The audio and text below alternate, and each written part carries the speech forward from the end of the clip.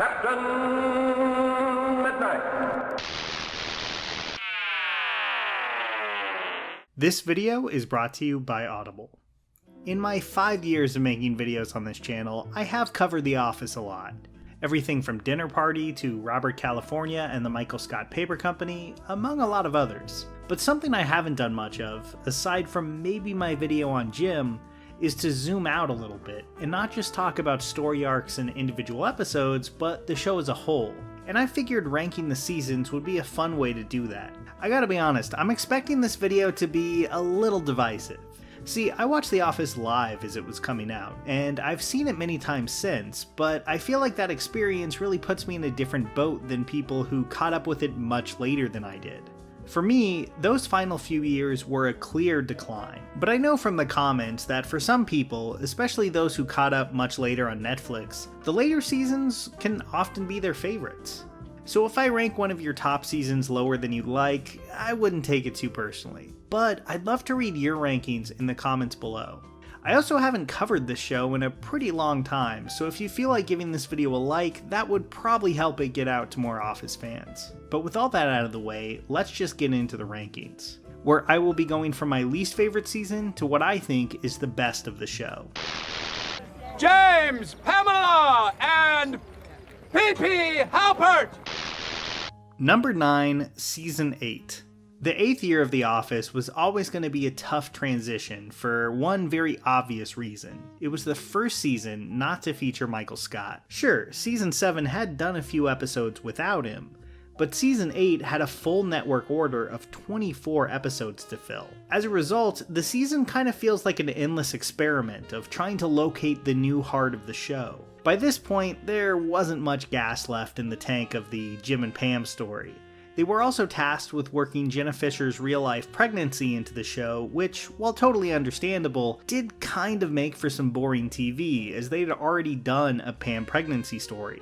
When it comes to replacing Michael though, I feel like they kind of tried to divide what he brought to the show into 3 separate characters: Robert California, Nellie, and Andy. And while all 3 do have their good moments, even some entirely good subplots to call their own, it just never quite worked. I think the attempt to make Andy more lovable and relatable especially fell flat on its face, giving us some of the show's worst episodes, including The Incentive and Gettysburg. Now, I do think there's still some bright spots. The Sabre storyline is sharper and a lot more funny than I had remembered it, and there's a lot of great moments for Ellie Kemper's Aaron, who was always a reliable scene stealer in the show's later years. Number 8, Season 9. Okay, the final season of The Office. This one, I think, didn't have as many absolute lows as Season 8, but there's not that many highlights either.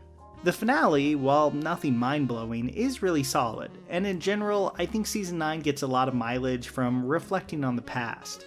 Roy's wedding is particularly good, with Jim and Pam being forced to reckon with the fact that they may be stuck in a rut while everyone around them is changing and doing new things. Now, what the show ultimately ended up doing with that storyline felt incredibly forced to me, but at least at the start, it did seem like they were finally giving the pair some good material again. On the whole, I don't actually think there's many disastrous episodes here, but there are a lot of dull ones. And after rewatching The Farm, I can really see why that Dwight spinoff never happened.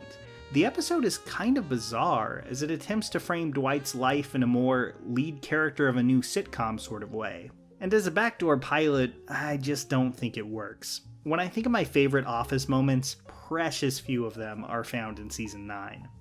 Number 7, Season 6. The worst of the Michael Scott seasons, Season 6 is kind of the first time the show felt like it was on autopilot to me. Now, Season 5 has its flaws, but I really respect the risks that season took as well. Season 6, I just can't say that for. Now, there is some stellar stuff in here, don't get me wrong. Scott's Tots will always be a favorite, but even stuff like The Premiere, Gossip, and Murder are ones that I will always enjoy revisiting. The Niagara two-parter is also pretty good overall, even if the whole dancing down the aisle as a reference to a viral video from 2009 thing has kind of aged like milk. It also has some real low points, like Koi Pond and new leads. While far from a disaster, I can see why this was the season that made Steve Carell feel like he was ready to leave the show. It's pleasant and at times very good, but overall feels like the show going through the motions more than anything. Number 6, Season 7. This one I'm actually putting above Season 6. While Carell leaving the show was ultimately pretty tough on it, it at least gave the writers' room some momentum and energy back while planning his exit. I think this is a great season for Michael. I especially like Classy Christmas, Threat Level Midnight, and of course his final episode of the season. But even episodes that aren't quite on that level, like Woof.com and Todd Packer, still have some great moments for the character. Those episodes do a great job at showing how he's changed and matured, making his exit and marriage to Holly just feel right. Sure, there's some lesser episodes I don't like, and the Will Ferrell subplot really goes nowhere, but overall, I think this is a pretty fun season. Number 5, Season 5. This season was kind of the height of the show's popularity while it was still on the air, thanks to Stress Relief airing after the Super Bowl. While I think Season 5 has lost a considerable amount of the bite and melancholy that the early years had, there's just too many undeniable episodes here for me to call it a bad season. Weight Loss is a great opener, the whole Michael Scott Paper Company arc is some of the best stuff the show ever did, and Golden Tickets is an all-timer as far as really over-the-top Michael Scott episodes go. I don't have a ton to say about this one, but it always goes down smooth when I revisit it, and that's not nothing. Number 4, Season 1. The first season of The Office is pretty strange to go back to on rewatch. The show was still figuring itself out in a lot of ways, especially when it comes to Michael Scott, who is at his absolute most malevolent here, hewing far closer to the original show's David Brent than the more lovable character he would become. Still, aside from the pilot, which is almost a shot-for-shot remake of the UK original, I do think the show does a good job of carving out its own identity. It's a very short season with only 6 episodes, and of those, I think Diversity Day, Basketball, and Hot Girl are the clear standouts, with Basketball being especially strong. Honestly, I've rewatched that one an embarrassing number of times, and I'll never get tired of Michael's awful dribbling or Kevin secretly being an amazing shooter. The Jim and Pam stuff is also pretty strong here, even if Roy can be an almost cartoon-like villain at times. There was obviously still stuff to work out, but overall, Season 1 was a great start. Watching it when I was 13 or so, it really felt like there was no other sitcoms on network TV quite like it. Number 3, Season 4. I remember Season 4 getting a lot of hate when it aired. And I get why. The writer's strike of 2007 caused this to be a pretty weird season, with some episodes being normal length and others being much longer two-parters. But honestly, I love Season 4, and I always have. It's noticeably more over the top than previous seasons, with Michael being dumb enough to drive his car into a lake. But honestly, I think it pulls that off well, and is just flat out one of the most funny seasons of the show. There's Dinner Party, of course, but there's also other episodes here that I think are on that level too, if not close to it. The Deposition, to me, is just about a perfect episode of The Office, as we see Michael squirm in his seat trying to keep both Jan and Dunder Mifflin happy. Branch Wars, Night Out, Goodbye Toby, there's just so many episodes here that I love returning to over and over. Even the two-parters, which were criticized at the time for being overly long, still feel really tightly written and constructed compared to a lot of the bloated streaming shows today. Launch Party in particular, I think is a real standout. And I know some people hate Share Model, but they're wrong. This is a really, really solid season of TV, and I need to move on now before I talk myself into placing it even higher on this list. Number 2, Season 3. The Office Season 3 is one of the best network sitcom seasons to air in the 2000s. I don't think there's a truly bad episode in the bunch, which at 23 episodes is a pretty notable achievement. Everything was clicking this year, from the Branches merging storyline to the Karen, Pam, and Jim material. If I had to pick a favorite though, I'd probably have to go with Business School. The Michael-Ryan relationship was always good for a solid joke or two per episode, but this one really dived into how uncomfortable and weird their dynamic is. Michael's presentation in front of the college classroom will always be one of the series' biggest high points for me, as he realizes just how little he knows about his own business, and how little Ryan actually respects him or the company. Beach Games and The Job also make an amazing last 2 episodes here, and gave the show a sense of forward momentum while still maintaining what was working so well. This was just a smart, funny, and well-written season of television all around. And finally, number 1, Season 2.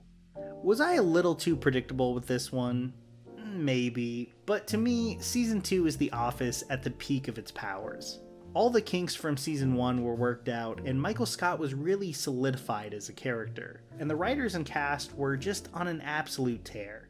The Dundies started the season on a great foot, and it just doesn't let up. The fire, the client, booze cruise, the injury, the list of great episodes this season is too long because it includes almost every episode. Even the weaker ones, like The Carpet and Valentine's Day, are so good that they'd kind of be standouts of the season if they were just dropped into like Season 6. Then there's Casino Night, probably the best finale the show ever did. American remakes of British TV greats rarely go over all that well, and while Season 1 has a lot of strengths, I think it was really Season 2 that bucked that trend and earned The American Office its place in TV history. So that's my list, but now I want to hear yours. What seasons would you put higher or lower? Are there any amazing episodes you really wish I'd mentioned? I'll be reading all of it in the comments below. Alright, so I want to show you something really cool. Right now, through October 13th, you can listen to The Fellowship of the Ring free through Alexa, read by the Andy Serkis.